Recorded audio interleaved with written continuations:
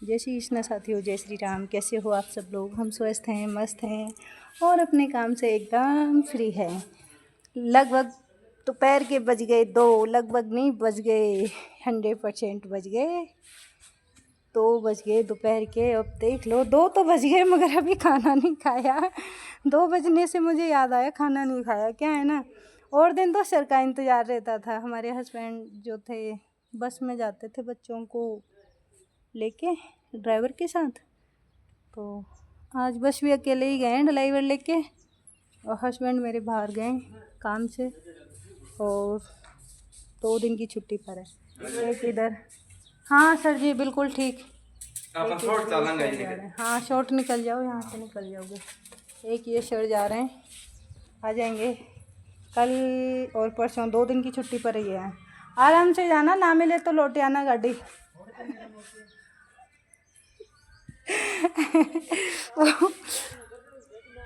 क्या हुआ?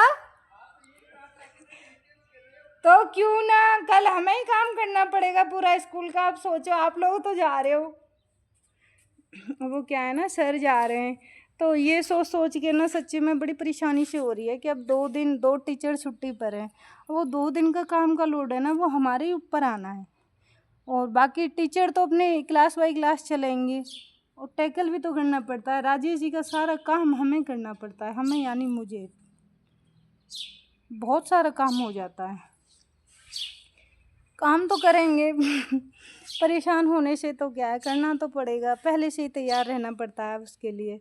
अब पता है कि हाँ भाई सुबह अकेले ही संभालना है सब कुछ, प्रेयर वगैरह देखनी पड़ती है। पहले तो वो होते हैं तो करा देते हैं, और नहीं होते तो फिर 10 मिनट पहले ही बाहर आना पड़ता है। कभी कभार तो 5-7 मिनट लेट भी हो जाती हूँ, जैसे कि प्रेयर हो जाती है, लाइन वगैरह लग जाती हैं, प्रेयर स्टार्ट हो जाती है, तब मैं बाहर आ पाती हूँ। कभी कभार की बात है। और अब सुबह तो मुझे 10-15 मिनट पहले ही आना पड़ेगा, ये प्रॉब्लम होती है। और बाकी बच्चे अपने भी, स्टाफ भी, ये सब देखना ही पड़ता है। थोड़ी सी दिक्कत हो जाती है।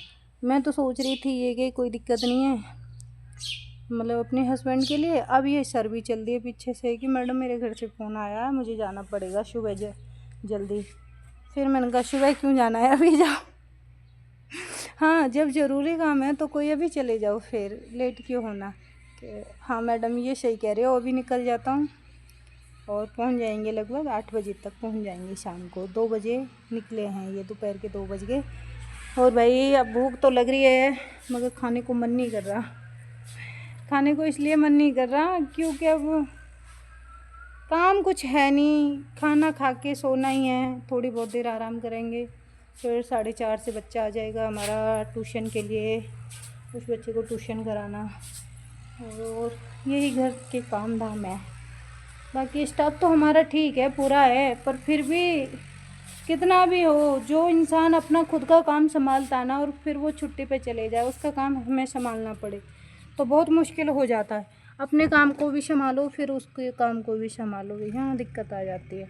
और मेरे लिए तो ज़्यादा ही दिक्कत आ जाती है। स्टाफ संभालना, घर में भी, स्कूल में भी, रसोई संभालनी, अपना पूरा परिवार संभालना, फिर स्कूल में ड्यूटी भी बराबर देनी, थोड़ी सी दिक्कत है। 2 दिन से तो बहुत ही थकान महसूस हो रही है, ना किसी से बात करने को मन करता है ना किसी के साथ हंसने खेलने को मन करता है। पहले 2-3 दिन तो खूब एंजॉय किया था। अब कुछ, या तो ये कह लीजिए गर्मी भी ऐसी भयंकर सी पड़ने लगी है 2 दिन से। धूप नहीं निकलती है मगर गर्मी होती है बहुत ज़्यादा, उस कारण देखने में अब बिल्कुल भी धूप नहीं है कहीं भी, मगर गर्मी है, उमस निकल रही है। 2 दिन पहले भयंकर वाली बारिश हुई थी और खेतों में बिजाई भी शुरू हो गई है। बिजाई यानी फसल बोने की तैयारी हो रही है, जुताए जा रहे हैं। इधर हमारे पड़ोस में एक बहुत बड़ा खेत है उसमें ट्रैक्टर चल रहा था। अभी काफ़ी दिनों के बाद ट्रैक्टर चलता हुआ देखा है खेत में जुताई करते हुए। और जो जुताई होती है ना, तो जो मिट्टी निकल के आती है खेत की नीचे से, कल्टीवेटर होते हैं, कल्टीवेटर से, फिर उस मिट्टी की ना खुशबू एक अलग ही होती है मैं भी पीछे की साइड काम कर रही थी तो खुशबू आ रही थी उस मिट्टी की, इतनी अच्छी खुशबू आ रही थी, गाँव की याद आ गई। हम जब छोटे क्या थे, शादी से पहले थे, तो हमें बहुत शौक था। जब हमारी खेतों की जुताई होती थी तो हम वहाँ रोड पे ही खड़े रहते थे, बिल्कुल देखते ही रहते थे उसे।